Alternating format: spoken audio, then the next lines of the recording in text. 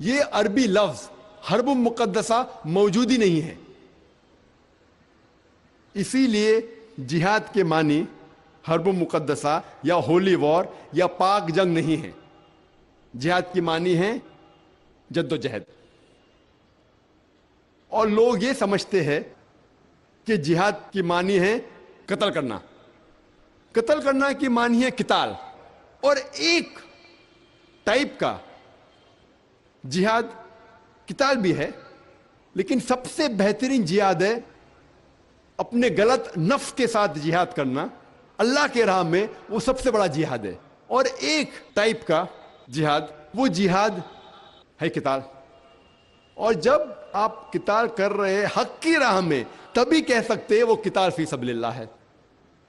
اور جب ہم قرآن مجید پڑھتے ہیں اور حدیث پڑھتے ہیں تب ہمیں جہاد کی صحیح معنی معلوم پڑتی ہے. اللہ تعالیٰ قرآن مجید میں فرماتے ہیں سورہ حج میں سورہ نمبر 22 آیت نمبر 78 میں اللہ تعالیٰ فرماتے ہیں کہ جہاد کرو جس طریقے سے آپ کو جہاد کرنا چاہیے، ڈسپلن کے ساتھ اور صحیح طریقے سے. اور اللہ سبحانہ و تعالیٰ نے آپ کو چنا ہے اور آپ کے لیے دین میں مشکلات نہیں ڈالی. اللہ تعالیٰ فرماتے سورہ توبہ میں سورہ نمبر 9 آیت نمبر 20 میں کہ اگر کوئی مومن if he is in exile، اگر اسے دیش چھوڑنے پہ مجبوری آتی ہے، یا کوئی مومن اگر اللہ کے راہ میں جہاد کر رہا ہے اپنے مال کے ساتھ اور اپنی جان کے ساتھ، اللہ کے نظر میں اسے سب سے بڑا انعام ملے گا. اور اللہ تعالیٰ فرماتے سورہ عنکبوت میں سورہ نمبر 29 آیت نمبر 6 میں کہ اگر آپ جہاد کرتے ہیں تو آپ کے فائدے کے لیے کر رہے ہیں. اللہ سبحانہ و تعالیٰ کو آپ کے جہاد کی ضرورت نہیں ہے، کیونکہ اللہ سبحانہ و تعالیٰ سارے کائنات کے چیزوں سے کوئی ضرورت نہیں. اگر آپ جہاد کر رہے ہیں تو آپ کے فائدے کے لیے. اللہ سبحانہ و تعالیٰ کو آپ کی جہاد کی ضرورت نہیں، کیونکہ اللہ سبحانہ و تعالیٰ سارے کائنات کے خالق ہے اور انہیں کوئی بھی چیز کی ضرورت نہیں. اور اللہ کے رسول محمد صلی اللہ علیہ وسلم فرماتے ہیں، صحیح بخاری کے اندر لکھا ہوا ہے جلد نمبر 4 حدیث نمبر 46، جب بھی میں حوالہ دے رہا ہوں حدیث کے بارے میں تو ذہن میں یہ رکھیے کہ یہ انگریزی حدیث کا حوالہ ہے. اگر میں صحیح بخاری کا حوالہ دوں گا یا صحیح مسلم کا حوالہ دوں گا تقریر میں تو ذہن میں یہ رکھیے کہ یہ انگریزی ترجمہ کا، اردو ترجمہ کا نہیں، کیونکہ اردو میں صحیح بخاری کے 6 جلد ہے، انگریزی میں 9 جلد ہے. تو اگر میں کہوں گا جلد نمبر 7 تو آپ کہیں گے جلد نمبر 7 ہے کیا؟ تو جب بھی میں حوالہ دے رہا ہوں یہ انگریزی ترجمہ جو صحیح بخاری یا صحیح مسلم یا کئی حدیثوں کا حوالہ دوں گا میں. قرآن مجید الحمدللہ عربی میں وہی ہے تو حوالے کی تبدیلی نہیں ہوئی. اور یہ میری عادت ہے کہ جب بھی میں حدیث پیش کرتا ہوں تو حوالے کے ساتھ پیش کرتا ہوں. اللہ کے رسول فرماتے ہیں صحیح بخاری میں جلد نمبر 4 حدیث نمبر 46 میں اللہ کے رسول فرماتے ہیں کہ مجاہد وہ انسان ہے جو اللہ کے راہ میں جہاد کر رہا ہے اور صرف اللہ ہی جانتا ہے کہ وہ شخص اللہ کے راہ میں جہاد کر رہا ہے یا نہیں. اور مجاہد ایسا انسان ہے جیسے کہ ہر وقت وہ نماز پڑھ رہا ہے اور ہر وقت وہ روزہ رکھ رہا ہے.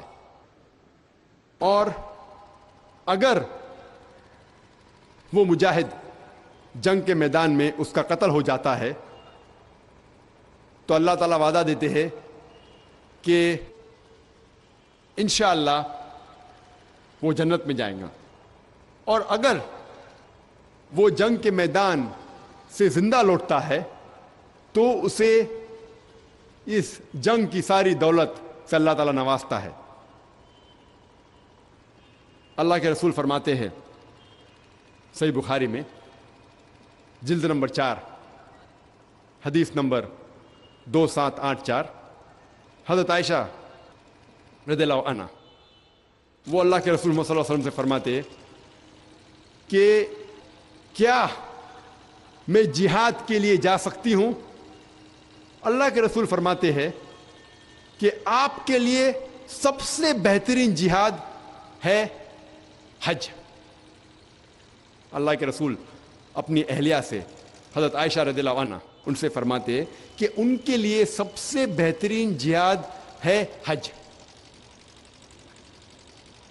ہم جب پڑھتے صحیح بخاری میں حدیث نمبر 5972، ایک شخص اللہ کے رسول محمد صلی اللہ علیہ وسلم سے فرماتے ہیں کہ کیا میں جہاد کے لیے جا سکتا ہوں، یعنی جنگ کے میدان میں جہاد کے لیے جا سکتا ہوں؟ تو اللہ کے رسول اس سے پوچھتے ہیں کیا آپ کے پاس والدین ہیں؟ وہ شخص فرماتا ہے بے شک ہیں۔ تو اللہ کے رسول فرماتے ہیں آپ کے لیے سب سے بہترین جہاد ہے اپنے والدین کی خدمت کرنا۔ ہر وقت سب سے بہترین جہاد وقت کے حساب سے بدلتا ہے۔ ایک حدیث ہے سنن نسائی میں، حدیث نمبر 4209 4209، ایک شخص اللہ کے رسول سے پوچھتا ہے کہ سب سے بہترین جہاد کیا ہے؟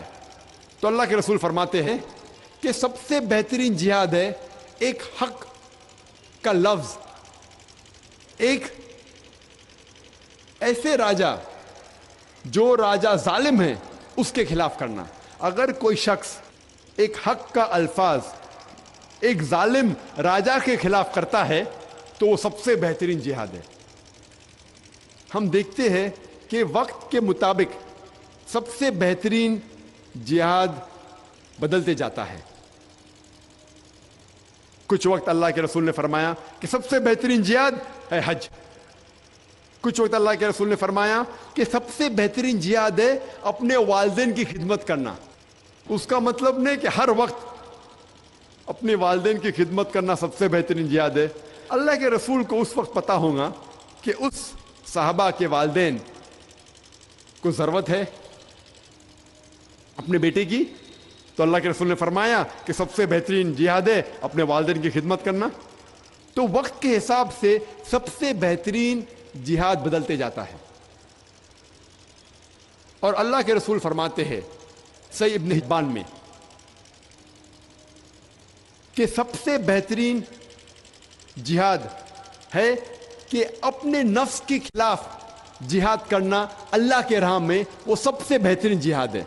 اور سب سے اچھا مہاجر وہ ہے جو غلط راستے سے ہجرت کرتا ہے صحیح راستے کی طرف۔ تو حدیث اور قرآن کی روشنی میں ہمیں پتہ لگتا ہے کہ جہاد کئی قسم کے ہیں اور موقع کے حساب سے سب سے بہترین جہاد کی تبدیلی ہوتی ہے۔ جہاد کے معنی ہے جد و جہد۔ اللہ تعالیٰ فرماتے ہیں سورہ بقرہ میں، سورہ نمبر 2 آیت نمبر 208 میں، یا ایھا الذین آمنوا ادخلوا فی السلم کافہ، اے مومنو اسلام میں داخل ہو پورے طریقے سے، اور آپ شیطان کے نقش قدم پہ مت چلو۔ خطوات الشیطان، آپ خطوات الشیطان، شیطان کے نقش قدم پہ مت چلو۔ اللہ سبحانہ و تعالی اکثر فرماتے ہیں کہ آپ شیطان کے نقش قدم پہ مت چلو۔ چند موقع پر اللہ تعالیٰ فرماتے ہیں کہ شیطان کے ساتھ مت چلو یا شیطان کی بات مت مانو، لیکن اکثر یہ فرماتے ہیں کہ شیطان کے نقش قدم پہ مت چلو۔ اس کی کیا معنی ہے جب اللہ تعالیٰ فرماتے ہیں کہ آپ شیطان کے نقش قدم پر مت چلو؟ مثال کے طور پہ اگر ایک عام مسلمان ہے، عام مومن ہے، اور اگر کوئی نوجوان لڑکی اس سے کہتی ہے کہ آؤ ہم رات ساتھ میں گزارے، وہ مسلمان کہیں گا رات ساتھ میں گزارنا حرام، فوراً اسے پتہ لگے گا یہ شیطان کی حرکت ہے، وہ کہیں گا بے شک یہ ہو ہی نہیں سکتا۔ اگر عام مسلمان ہے، عام مومن ہے، ایک نوجوان لڑکی کے ساتھ رات گزارنا حرام۔ لیکن وہی عام مسلمان، عام شخص، عام مومن، اگر کوئی لڑکی اسے ٹیلی فون کرتی ہے تو وہ کہیں گا کہ لڑکی سے ٹیلی فون پہ بات کرنے میں کیا حرج ہے، کوئی حرج نہیں ہے. تو وہ لڑکی سے ٹیلی فون پہ کئی بار گفتگو کرتا ہے. اس کے بعد لڑکی کہتی ہے کہ چلو کئی ساتھ میں چائے پئیں گے. تو وہ شخص سوچتا ہے کہ لڑکی کے ساتھ چائے پینے میں کیا حرج ہے، there's no problem. تو وہ لڑکی کے ساتھ باہر جا کے چائے پیتا ہے. کچھ وقت چائے پینے کے بعد لڑکی کہتی ہے کہ چلو ہم رات میں ساتھ میں کھانا کھائیں گے، کوئی ہوٹل میں، کوئی ریسٹورینٹ میں. لڑکی کے ساتھ ریسٹورینٹ میں کھانا کھانے میں کیا حرج ہے، کوئی حرج نہیں ہے، there's no problem. اس کے بعد جب لڑکی کہتی ہے کہ ساتھ میں ہوٹل میں رات گزاریں گے، وہ شخص کہتا ہے لڑکی کے ساتھ رات گزارنا ہوٹل میں کیا پرابلم، نو پرابلم، کوئی حرج نہیں. اسے کہتے ہیں خطوات شیطان. یہ میری مثال ہے، قرآن مجید میں اس کا ذکر نہیں ہے. قرآن مجید میں اللہ تعالیٰ فرماتے ہیں کہ شیطان کے نقش قدم پہ مت چلو. یہ مثال ہے کہ آہستہ آہستہ شیطان لوگوں کو بہکاتا ہے. پہلے ٹیلی فون پہ بات کرنا کوئی حرج نہیں، نو پرابلم. ساتھ میں چائے پینا لڑکی کے ساتھ نو پرابلم، کوئی حرج نہیں. اس کے ساتھ رات میں کھانا کھانا کوئی حرج نہیں. اس کے ساتھ رات بتانا کوئی حرج نہیں. اسے کہتے خطوات شیطان. تو اللہ تعالیٰ فرماتے ہیں یا ایھا الذین آمنو، اے مومنو، ادخلوا فی السلم کافہ، اسلام میں پورے طور سے داخل ہو اور شیطان کے نقش قدم پر مت چلو. تو سب سے بڑا جہاد ہے اپنے نفس کے خلاف، جو شیطان ہمیں بھڑکاتا ہے اس کے خلاف جہاد کرنا سب سے بڑا جہاد ہے. اور اللہ کے رسول فرماتے ہیں صحیح مسلم میں کہ اگر کوئی بھی مومن غلط کام ہوتے ہوئے دیکھتا ہے تو سب سے پہلے اگر ہو سکے تو اپنے ہاتھوں سے اسے روکنا چاہیے.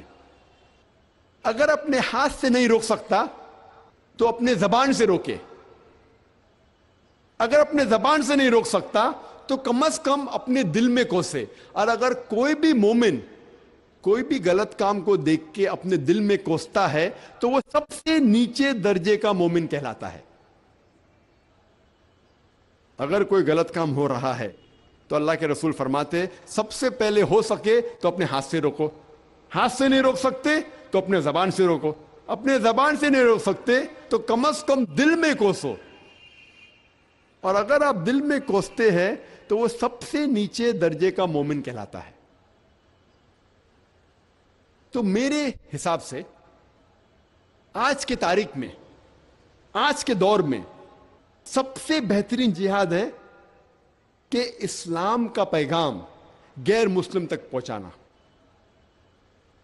اللہ فرماتے ہیں سورہ آل عمران میں سورہ نمبر 3 آیت نمبر 110 میں اللہ تعالیٰ فرماتے کنتم خیر امۃ اخرجت للناس، اے مسلمانوں آپ سارے انسانیت میں سب سے بہترین امت ہو. اللہ تعالیٰ ہمیں اتنا بڑا عہدہ دے رہے. اللہ is giving us a big honor، ایک بڑا عہدہ دے رہے. کہتے ہیں کہ ہم مسلمان ساری انسانیت میں سب سے بہترین امہ ہے. جب بھی کوئی عہدہ دیا جاتا ہے، جب بھی کوئی آنر دیا جاتا ہے، اس کے ساتھ ذمہ داری ہونا لازم ہے. مثال کے طور پہ ایک اسکول میں ایک پرنسپل کا عہدہ، ایک پرنسپل کا آنر ایک ٹیچر سے زیادہ ہے. ایک ٹیچر کا آنر، ایک ٹیچر کا عہدہ ایک پیون کے عہدے سے زیادہ ہے. لیکن جب بھی عہدہ یا آنر دیا جاتا ہے اس کے ساتھ ذمہ داری ہونا لازم ہے.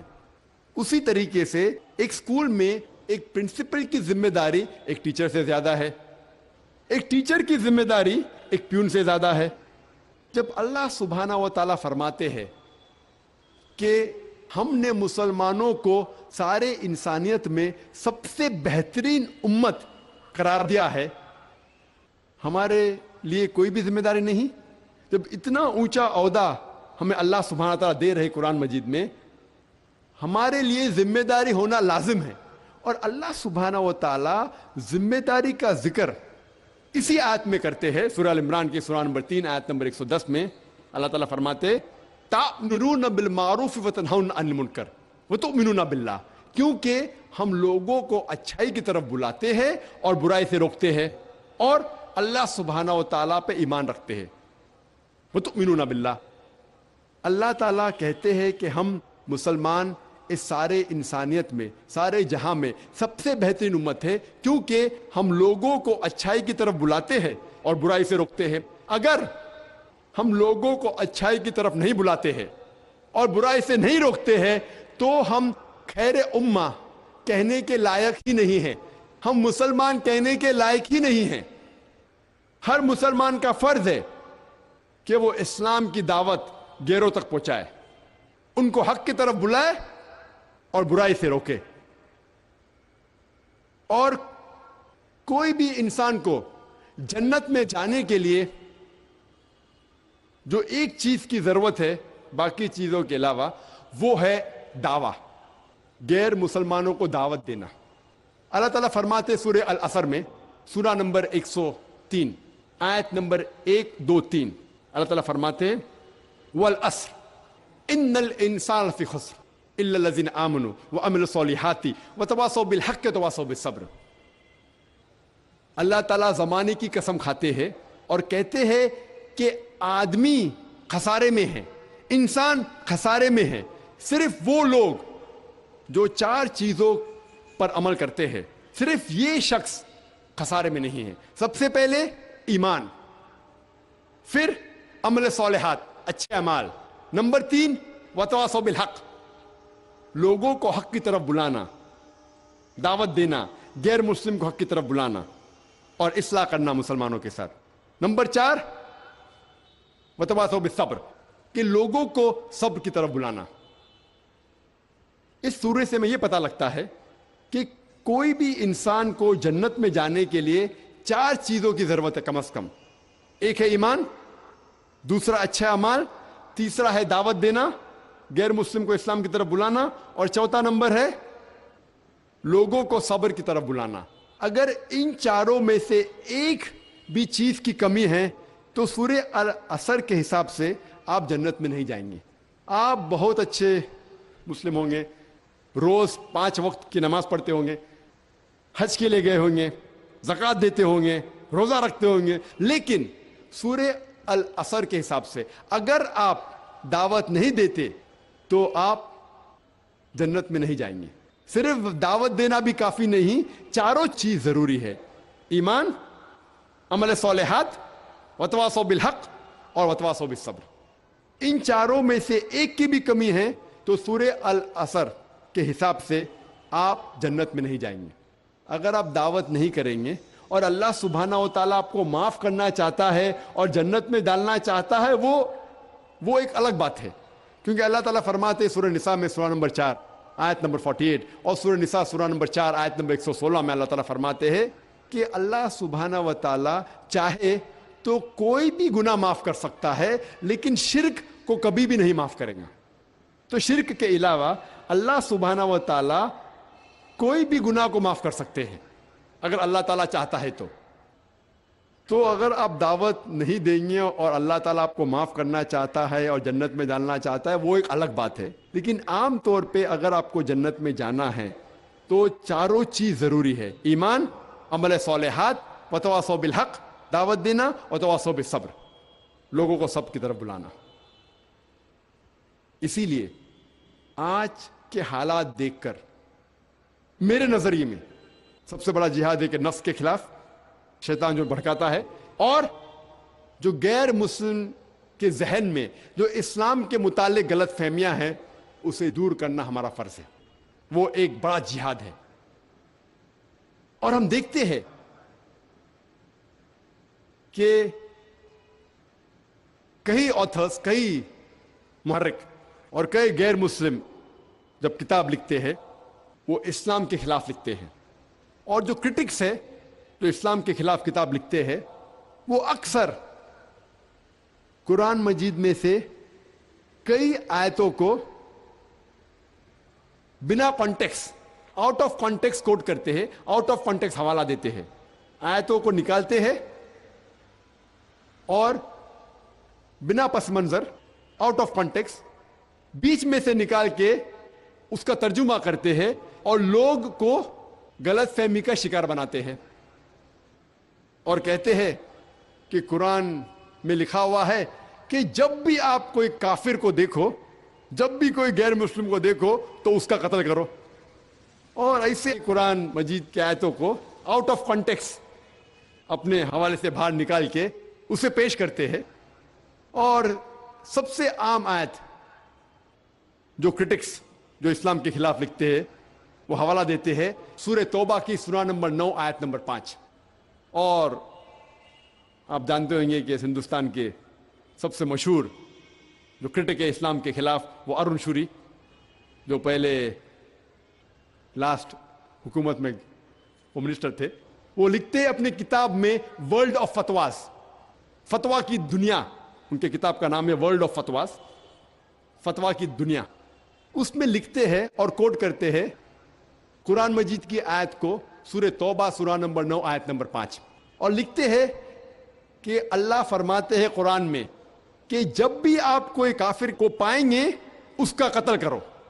اور کافر کے معنی ان کے حساب سے ہندو، کہ جب بھی آپ کوئی کافر کو دیکھیں گے، کافر کو پائیں گے، ہندو کو پائیں گے، اس کا قتل کرو.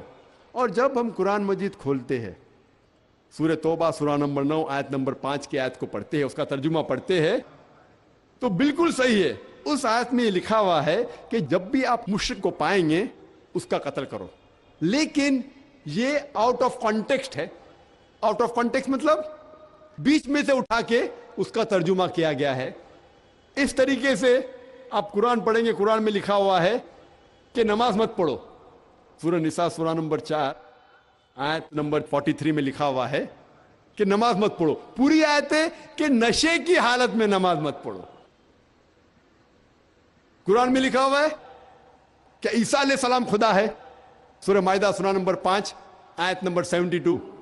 پوری آیت ہے کہ وہ لوگ کفر کر رہے ہیں جو لوگ کہتے ہیں کہ عیسیٰ علیہ السلام خدا ہے، لیکن قرآن میں تو لکھا ہے عیسیٰ علیہ السلام خدا ہے. تو قرآن کی آیت کو بیچ میں سے اٹھا کے ترجمہ کریں گے تو ترجمہ تو صحیح ہے لیکن آؤٹ آف کانٹیکسٹ ہے. اسی طریقے سے اگر ہم سورہ توبہ پڑھتے ہیں آیت نمبر 5 کے پہلے جو 1 سے 4 آیت پڑھتے ہیں، ہمیں پتہ لگتا ہے کہ اللہ سبحانہ تعالیٰ فرماتے ہیں کہ ایک صلح ہے، مکہ کے مشرکوں اور مسلمان کے درمیان ایک صلح ہے، اور یہ صلح ہے، یہ پیس ٹریٹی ایک طرفہ مکہ کے مشرکوں نے توڑ دیا. تو اللہ سبحانہ و تعالیٰ جب آیت نمبر 5 پہ آتے ہیں، اللہ تعالیٰ فرماتے ہیں کہ میں آپ لوگوں کو 4 مہینے کا وقت دیتا ہوں اپنے آپ کو سدھارنے کے لیے، ورنہ اعلان جنگ. اور پھر جنگ کے میدان میں اللہ تعالیٰ فرماتے مسلمانوں سے جب وہ کافر آپ سے جھگڑنے کے لیے، لڑنے کے لیے جنگ کے میدان میں آئیں گے، آپ ڈرو مت، آپ جہاں بھی کافروں کو پاؤ ان کا قتل کرو. یہ جنگ کے میدان میں آیت ہے کہ جب دشمن صلح کو توڑتے ہیں، آپ کو جنگ کے میدان میں قتل کرنے آ رہے تو آپ ڈرو مت، ان کا قتل کرو. جہاں بھی آپ دشمنوں، کافر دشمنوں کو پاؤ ان کا قتل کرو. ترجمہ صحیح ہے لیکن آؤٹ آف کانٹیکسٹ ہے. یہ جنگ کے میدان میں آیت نازل ہوئی کہ جنگ کے میدان میں جب دشمن آپ کا قتل کرنے آ رہے تو آپ ڈرو مت، ہمت رکھو، لڑو، ان کا قتل کرو. کوئی بھی سپاہ سالار اپنے سپاہیوں سے یہ نہیں کہیں گا کہ جنگ کے میدان میں بھاگ جاؤ.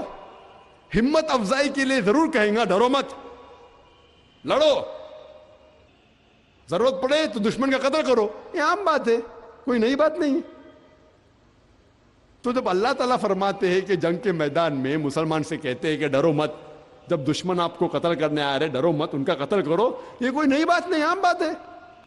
اور ارون شوری آیت نمبر 5 سے آیت نمبر 7 کے اوپر چھلانگ لگاتا ہے. کیوں؟ کیونکہ آیت نمبر 6 کے اندر اس کی بیماری کا جواب ہے.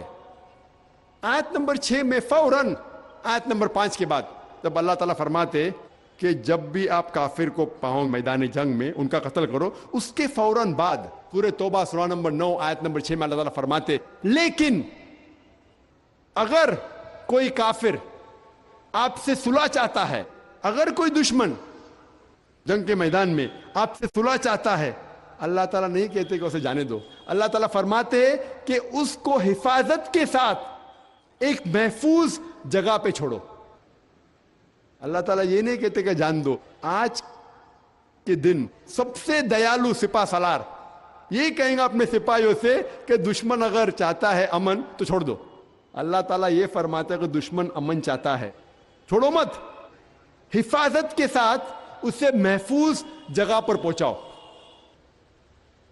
آج کے دن کوئی بھی سب سے دیالو سپاہ سالار یہ نہیں کہے گا کہ اسے حفاظت کے ساتھ محفوظ جگہ پر اس کو پہنچاؤ۔ اللہ تعالیٰ یہ فرماتے ہیں۔ اور جب بھی آپ قرآن مجید میں آیت پائیں گے قتل کے بارے میں یا جنگ کے میدان میں بھی، اس کے فوراً بعد اکثر آپ یہ پائیں گے کہ صلح بہتر ہے، امن بہتر ہے۔ اور ہر وقت جب بھی قتل کی آیت آئیں گی اس کے فوراً بعد ایک یا دو آیت بعد اللہ تعالیٰ فرماتے ہیں کہ اگر امن ہے تو وہ بہتر ہے۔ اور جب میں گلبرگہ میں تھا پچھلے ہفتے اتوار کو 6 دن پہلے میں گلبرگہ میں تھا اور ایک تقریر کر رہا تھا ہندوازم اور اسلام میں یکسانیت۔ وہ تقریر انگریزی میں تھی اور صرف غیر مسلموں کے لیے تھی۔ تو سوال جواب کے درمیان ایک ہندو مجھ سے پوچھتا ہے کیا یہ صحیح بات ہے کہ آپ کے اللہ قرآن مجید میں فرماتے ہیں کہ مسلمان کو کافروں کا قتل کرنا چاہیے، اور کیا ہر ہندو کافر ہے؟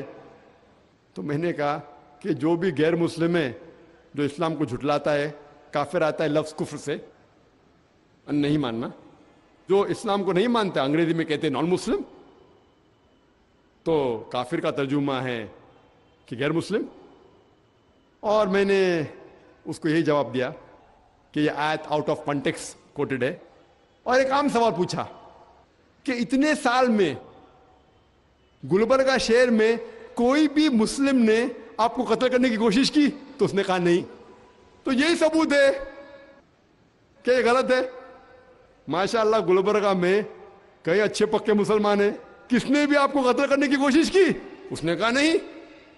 تو کیسا آپ کہہ رہے کہ فرض ہے مسلمان کو غیر مسلم کا قتل کرنا؟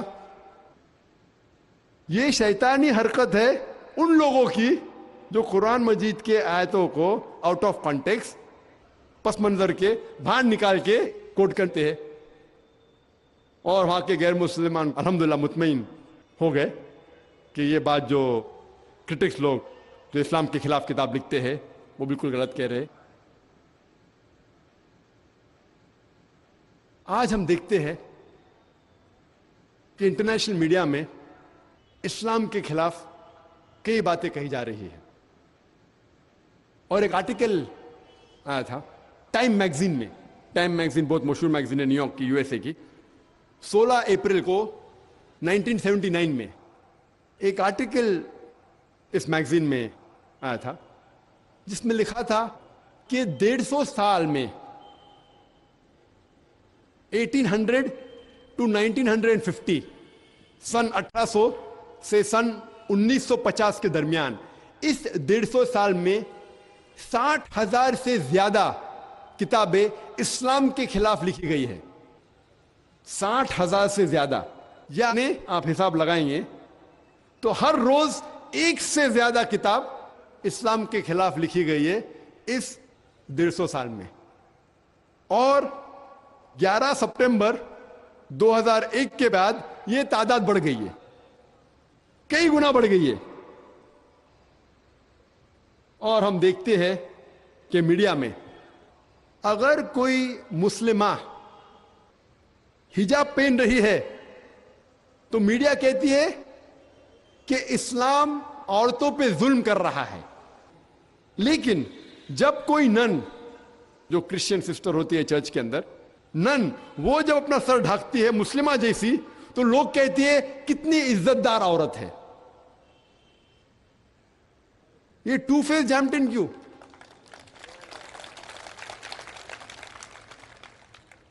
یہ کسی کو جج کرنے کے لیے یہ علیحدہ نظریہ کیوں؟ جب کوئی سکھ پگڑی پہنتا ہے، داڑھی رکھتا ہے تو بولتے کیا گرو ہے اسے، کتنا اچھا شخص ہے، وہ خوشی سے کہتا ہے میں سکھ ہوں۔ اگر کوئی مسلمان ٹوپی پہنتا ہے، داڑھی رکھتا ہے تو لوگ کہتے ہیں وہ دہشت گرد ہے۔ مسلمان داڑھی رکھتا ہے تو دہشت گرد ہے، سکھ داڑھی رکھتا ہے تو بولتے ہیں اتنا اچھا انسان ہے، وہ گرو سے کہتا ہے میں سکھ ہوں۔ تو یہ ڈبل سٹینڈرڈ کیوں؟ تاریخ گواہ ہے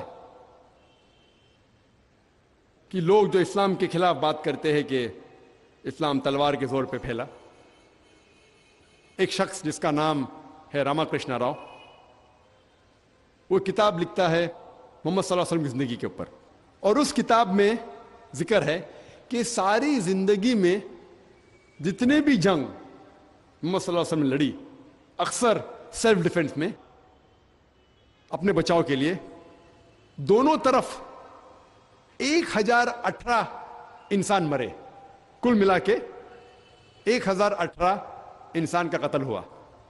جب ہم کمپیئر کرتے ہیں ورلڈ وار 1 میں تقریباً 20 ملین یعنی 2 کروڑ انسانوں کا قتل ہوا، اور تقریباً 2 کروڑ 200 لاکھ انسان گھائل ہوئے۔ ورلڈ وار 2 کے اندر، ورلڈ وار 2 میں تقریباً 30 ملین یعنی 3 کروڑ 300 لاکھ سے زیادہ انسانوں کا قتل ہوا۔ جب ہم حساب لگاتے ہیں کہ محمد صلی اللہ علیہ وسلم کی ساری زندگی میں دونوں طرف صرف 1018 انسانوں کا قتل ہوا، اور یہاں دیکھتے ہیں تو 2 کروڑ 3 کروڑ، پھر بھی کہتے ہیں کہ مسلمان لوگ دہشت گرد ہے، اور اسلام سکھاتا ہے کہ جھگڑا کرو، قتل کرو۔ میرے نظریے میں جب بھی ہم غیر مسلمانوں سے بات کرتے ہیں، سب سے بہترین جو آیت ہے قرآن مجید کی، جہاں اللہ تعالیٰ فرماتے ہیں سورہ العمران میں، سورہ نمبر 3 آیت نمبر 64 میں، کل یا اہل الکتاب، کہو اہل کتاب سے، تعالوا الی کلمۃ سواء بیننا بینکم، آؤ اس بات کی طرف جو آپ اور ہم میں یکساں ہے۔ اس آیت سورہ العمران کی سورہ نمبر 3 آیت نمبر 64 اللہ تعالیٰ فرماتے ہیں، حالانکہ یہ آیت شروع ہوتی ہے اہل کتاب سے، خطاب ہے یہود اور نصارہ سے، تو خصوصاً یہ یہود اور نصارہ کے لیے ہے، لیکن عام طور پہ یہ آیت کوئی بھی انسان کے لیے استعمال ہو سکتی ہے، اور دعوتی نظریے سے میرے حساب سے یہ سب سے اہم آیت ہے۔ اللہ تعالیٰ فرماتے تعالوا الی کلمۃ سواء بیننا بینکم، آؤ اس بات کی طرف جو آپ اور ہم میں یکساں ہے۔ اگر آپ کو دعوت پیش کرنا ہے تو اس آیت کے حساب سے اگر پیش کریں گے تو انشاءاللہ سفلتا پائیں گے۔ آؤ اس بات پہ جو آپ اور ہم میں یکساں ہے۔ آپ کو پتا ہوگا کہ 11 سپتمبر کے بعد، 2001 کے بعد امریکہ میں جانا، ویزا ملنا مشکل ہے، امریکہ کے اندر مسلمان کو داخل ہونا مشکل ہے، اور لاسٹ ایئر میں لاس اینجلس گیا تھا، اور وہاں مجھے، کیونکہ میں کوٹ ٹائم میں تھا، داڑھی ٹوپی انکوائری کے لیے، اور میں تیار تھا کہ انکوائری ہونے والی ہے۔ میں امریکہ کئی بار جا چکا ہوں الحمدللہ۔ تو وہاں مجھے پوچھے کہ آپ کس وجہ کے لیے یو ایس اے میں آئے ہیں، کیوں آپ یو ایس اے امریکہ میں آنا چاہتے ہیں؟ تو میں نے کہا ایک ادارہ ہے جو مجھے ایک ایوارڈ دینا چاہتا ہے، ایوارڈ فار ہیومینٹی۔ سو مجھ سے پوچھنے لگے ہیومینٹی، آپ انسانوں کے لیے کام کرتے ہیں کیا؟ آپ کوئی آرگنائز